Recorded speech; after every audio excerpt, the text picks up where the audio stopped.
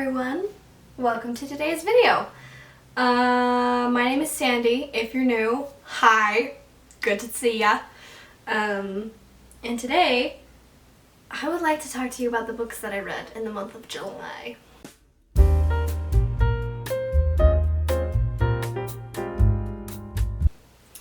So, usually when I make these videos, I write down my thoughts about each book.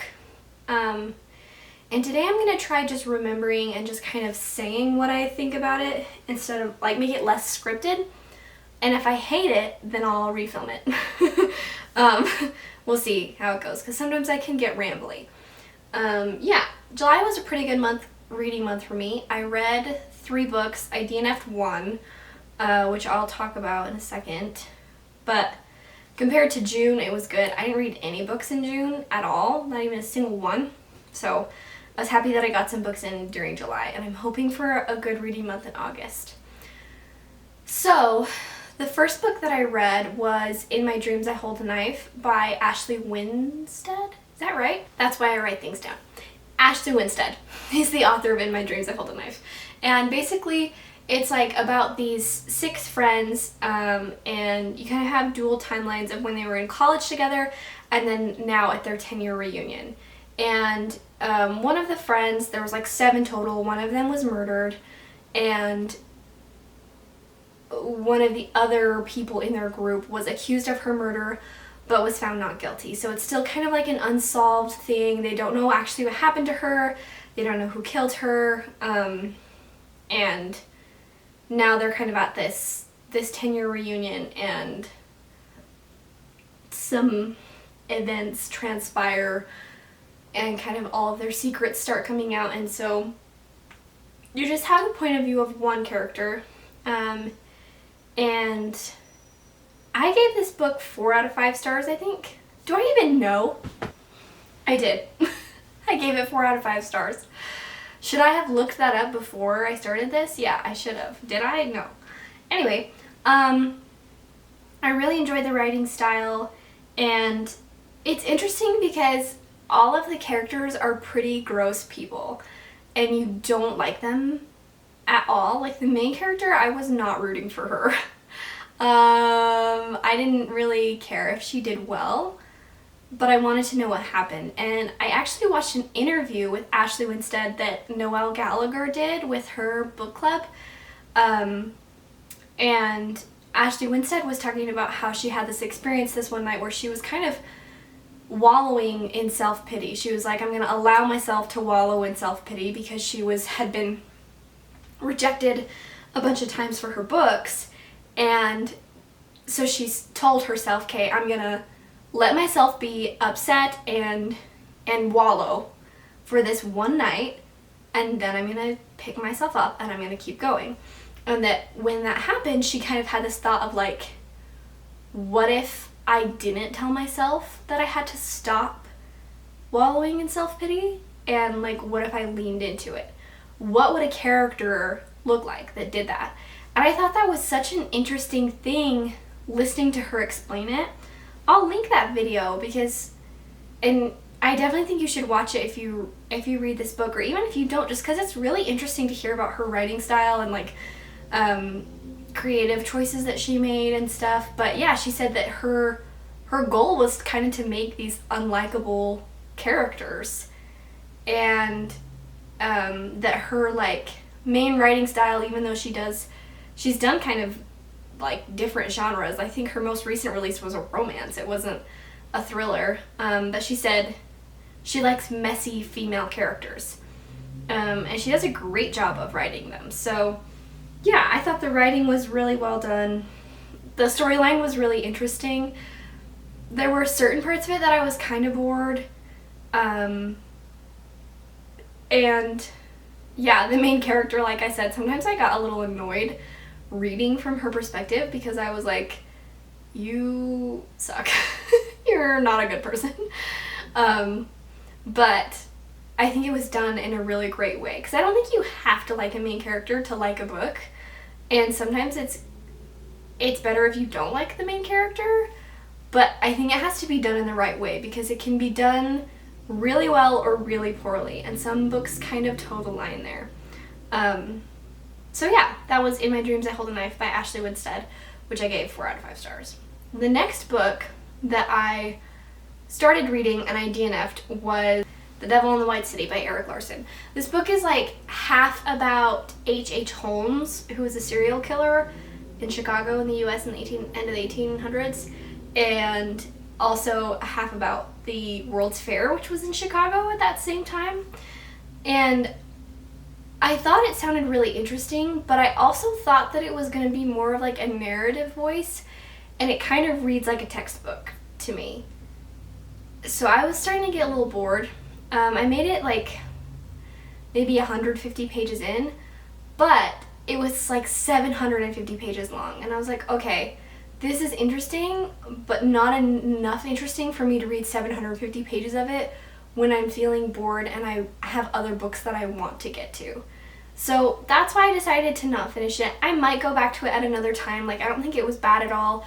It was still interesting, and I think I was still like getting into the story, and so that's why it was feeling kind of boring to me. And because it would be like, I feel like every chapter about H.H. Holmes would end like, oh, but the devil was inside him all along, and the city wouldn't know what would hit them next. And then the next chapter would start, and it would be about the World's Fair, and it would be like, so anyway, they had to choose a park, and I felt like it was just like completely different vibes, and just kind of weird. I don't know. It was kind of a strange combination. Like, I understand why the Erik Larson would combine the topics, because it was going on at the same time. But yeah, like, I think I would watch 2 separate documentaries. I would watch a documentary about the World's Fair in Chicago, and I would watch a documentary about H.H. Holmes. And I've listened to documentaries and podcasts about H.H. Holmes before, so I kind of know his story already. But together, just didn't make a ton of sense to me. So I might come back to it. I'm not writing it off completely as something that something I don't like, but yeah. The next book that I read was Our Violent Ends by Chloe Gong. I gave this a 5 out of 5 stars. So this is the second book in the, I don't know what the like official title of it, the duology is, but the first one is These Violent Delights. The second one is Our Violent Ends.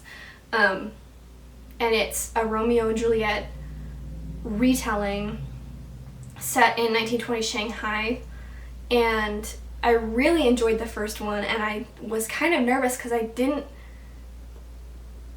know if it was going to be able to be unique as it was, but it was so unique, and Chloe Gong did an amazing job of really making a new story with just like a familiar background. So I really liked the second one because the first one kind of ends on a bit of a cliffhanger. I think things got tied up really well in the second one. The writing was very beautiful. Again, Chloe Gong's a great writer. And there was more romance in the second one, but what I really appreciated was that the romance was set up in the first one. Because kind of the thing about Romeo and Juliet, which I think was the point, is that you're like, ugh, nobody loves each other like that after you have known each other for a day. Like, you don't, they wouldn't do that. That's not realistic. And kind of, if you read about like the history of Shakespeare and why he wrote Romeo and Juliet, is kind of like to make fun of that teenage love. And so what I liked about these retellings is that she actually set up a real romance where it was like they have actual history of years and years.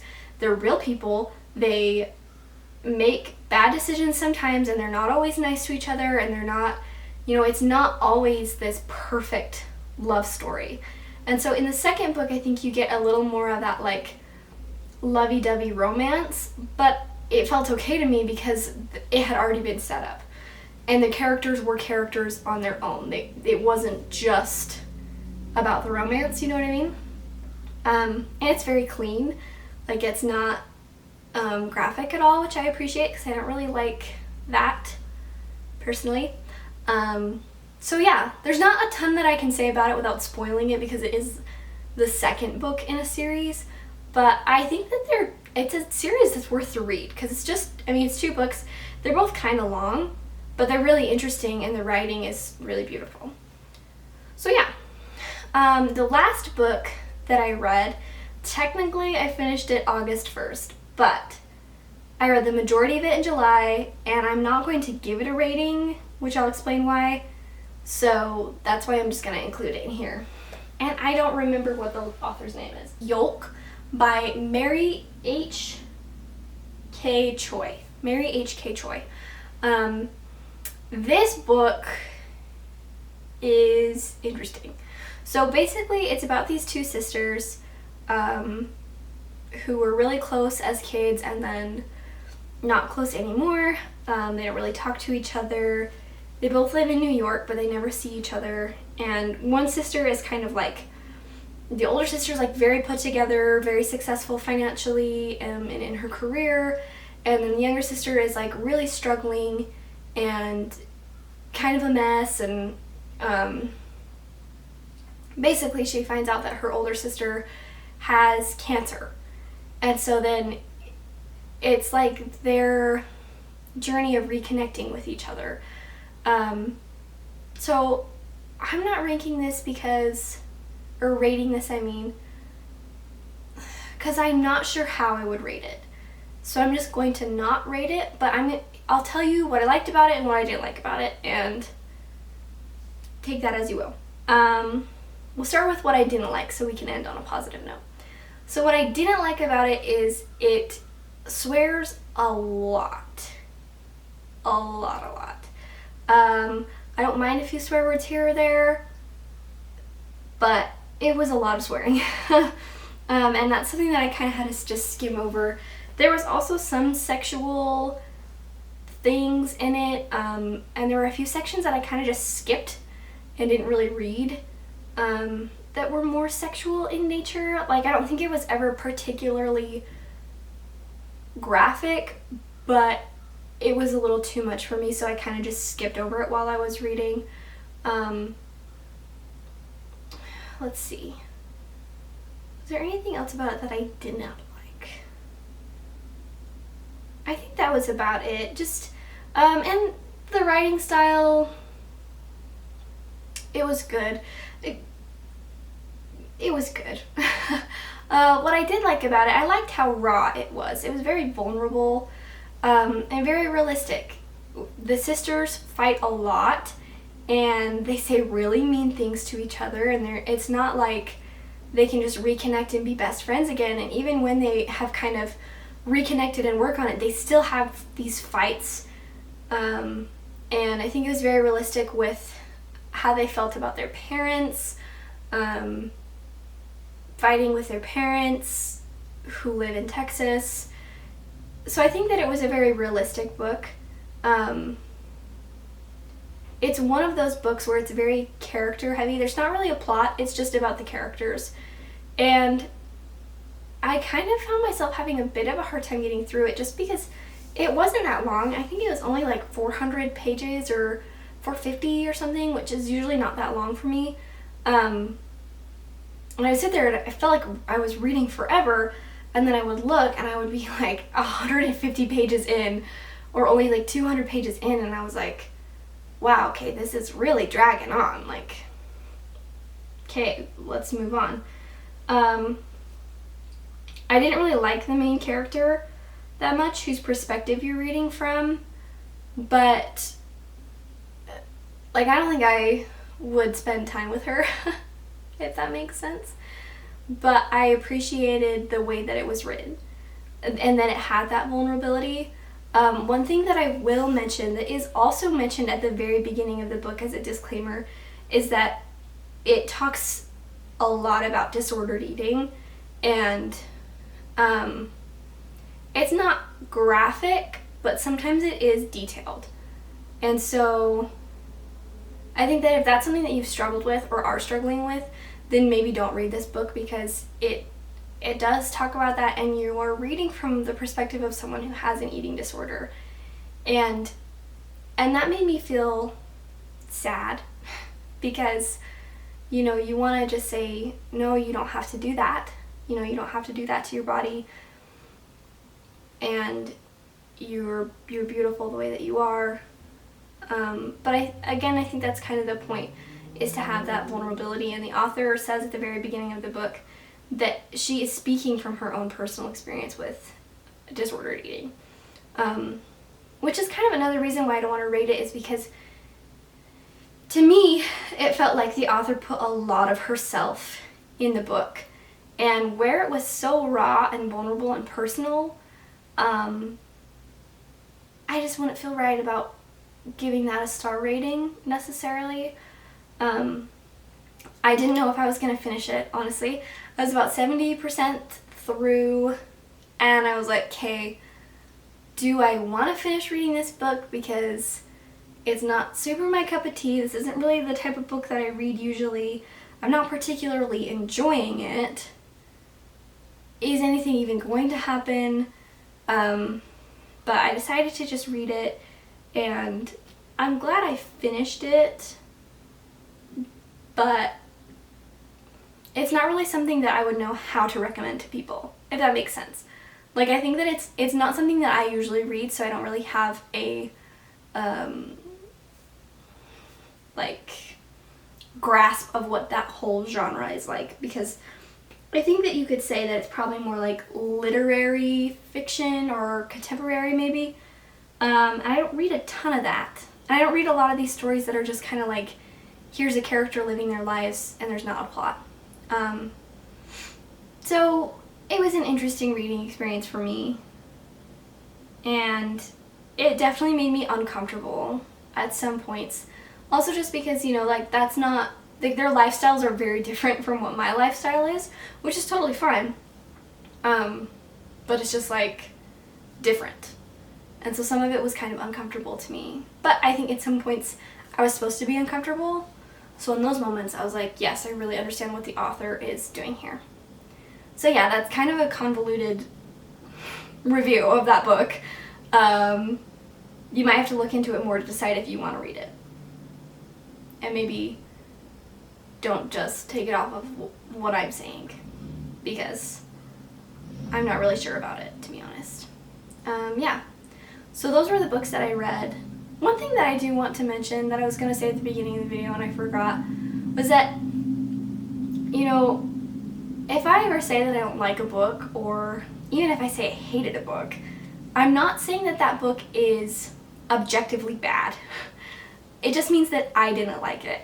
I got a very heated comment on one of my videos basically saying that they respected my opinion but that my opinion was wrong. And kind of went off on me about it. And if you love a book that I say that I don't like, I'm glad that you love it. I'm glad that it works for somebody. That's the point, right? And we all approach these things from different perspectives and different life experiences and things like that. So I just want to say that, like, you know, if I say I don't like a book or I'm not sure how I feel about a book, I'm not saying it's objectively bad or that you shouldn't read it. I'm just saying that that was my experience with it. Same thing, if I love a book and you absolutely hated it, that doesn't mean it's objectively good either. It just means that I really liked it. So, you know, that's kind of one of those things where on the internet, things can get misconstrued really easily, and I think people take things very personally when they don't need to all the time. Like that. If I don't like a book, that doesn't mean I don't like you. I'm sure we could still be pals, you know? But it's kind of that same concept of if you're like, oh, excuse me. For example, I've never seen any of the Jurassic Park movies. I just haven't. Like, it's not like I've been avoiding the Jurassic Park movies. I just have never seen any of them. Just not something that I've seen in my life. Maybe I will. Who knows? I'm not against it. Just haven't seen it. But there's been people in my life that they say, oh, like, you know that park in Jurassic Park? And I'm like, oh no, I haven't seen Jurassic Park. And they're like, you're the worst person ever. You need to watch it immediately. I can't be friends with you if you haven't seen it. And they take it really personally. And I'm like, I just haven't seen it. Like, if it means a lot to you, we can watch it together. I just haven't seen it yet. like, it's not that big of a deal. It's not attacking you personally. It's kind of the same vibes as that, you know what I mean? So yeah, just wanted to put that out there. I'm not saying that books are objectively bad if I don't like them. I just don't like them if I don't like them. You know what I mean? You get it. Yeah. So that's all the books that I read. I hope August will be a good reading month. Stay tuned for that. And I have some fun videos that I'm going to do in August about reading, but that might not come out till a little bit later because I'm going to pre-film things for when I have my baby. But some fun things are in the making currently. So yeah, I hope that you guys have a great day. Please like this video if you liked it, and comment what your favorite book of the month was and what your least favorite was. And if you've read any of these books, tell me how you feel about them, because I'd love to know. And subscribe for more videos like this.